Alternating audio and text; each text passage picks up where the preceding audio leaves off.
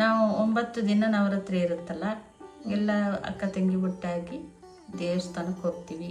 ಅಲ್ಲೆಲ್ಲ ನೋಡ್ತೀವಿ. ಆಯುಧ ಪೂಜೆ, ವಿಜಯದಶಮಿ, ಸರಸ್ವತಿ ಪೂಜೆ, ರಥೋತ್ಸವ, ರಾತ್ರಿ ದೀಪಾರಾಧನೆಗಳು, ಗುರುಗಳು ಪಟ್ಟಕ್ಕೆ ಕೊಡ್ತಾರೆ, ಅದನ್ನು ಎಲ್ಲ ನೋಡಿ ಬರ್ತೀವಿ. 9 ದಿನ 9 ಪೂಜೆ ಬರುತ್ತೆ. ಅದು ಪ್ರತಿದಿನವೂ ಒಂದೊಂದು ಅಲಂಕಾರ, ಒಂದೊಂದು ಥರ ಕಿರೀಟ, ಒಂದೊಂದು ವಾಹನ ಎಲ್ಲ ಇಟ್ಬಿಟ್ಟು ಪೂಜೆ ಮಾಡ್ತಾರೆ. ಸಿಂಹಾಸನದಲ್ಲಿ ಗುರುಗಳು ಕೂರ್ತಾರೆ. ದಿಂಡಿ ದೀಪದ ಆರಾಧನೆ ಅಂತ ಮಗುನ ಇಟ್ಟು ಪೂಜೆ ಮಾಡ್ತಾರೆ.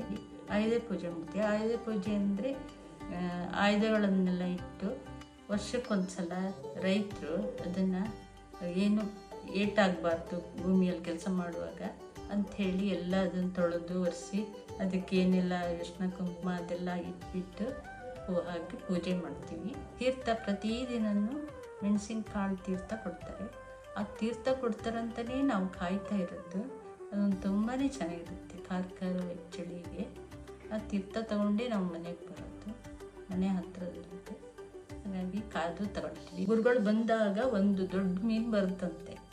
ಬಂದಾಗ ಹಿಂದೆ ನಂಗೆ ಗೊತ್ತಿಲ್ಲ, ನಮ್ಮ ತಂದೆ ತಾಯಿ ಅಜ್ಜ ಅಜ್ಜಲ್ಲಿ ಹೇಳೋ ಕತೆ ನಾನು ಕೇಳಿಸ್ಕೊಂಡಿದ್ದು. ಒಂದು ದೊಡ್ಡ ಮೀನಿಗೆ ಮೂಗು ಸುರಿತಾರಂತೆ. ಅದನ್ನೇ ದೋಣಿ ಮಾಡಿಕೊಂಡು ಗುರುಗಳು ಆಚೆ ಈಚೆ ಓಡಾಡ್ತಾರಂತೆ. ಮತ್ತು ಯಾರಿಗೂ ಕಾಣಿಸಲ್ಲ.